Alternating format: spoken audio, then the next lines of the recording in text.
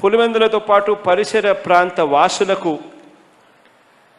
చేపలు రొయ్యలు, ఇది నిజంగా పులివెందుల్లో నేనే పొద్దు అనుకోలేదు. పులివెందుల్లో చేపలు రొయ్యలకు సంబంధించిన షాప్స్ కూడా వస్తాయి అని చెప్పి బహుశా ఎవ్వరం కూడా ఊహించిండం. పిఠాపురంని మోడల్ నియోజకవర్గంగా చేసి పెడతాను. ఏదైతే నా మనసులో ఒక రాష్ట్రాన్ని ఇలా తీసుకురావాలని ఒక ఆకాంక్ష అయితే ఉందో నాకు, ఆ మోడల్ నేను పిఠాపురానికి సంపూర్ణంగా తీసుకొచ్చేస్తాను. జాబ్ మేళా, జాబ్ క్యాలెండర్స్ ఒకసారి ప్రభుత్వాలు కూడా అవసరం లేదు. నేను కూర్చోబెట్టి నా ఇష్టమైన నా అభిమానులు, నా పారిశ్రామిక సన్నిహితులు చాలామంది ఉన్నారు. నా పారిశ్రామికవేత్తలను తీసుకొచ్చి ఇక్కడ మా వాళ్ళకి ఉద్యోగాలు ఇవ్వాలంటే జాబ్ మేళా పెట్టి ఇచ్చేస్తారు.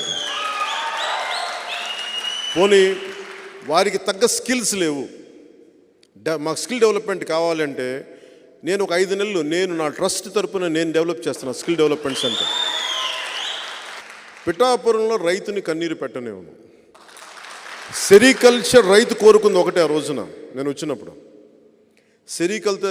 సెరికల్చర్ రైతు కోరుకుంది మాకు ఇక్కడ పట్టు మార్కెట్ కావాలని. అది నేను చేసి పెడతాను,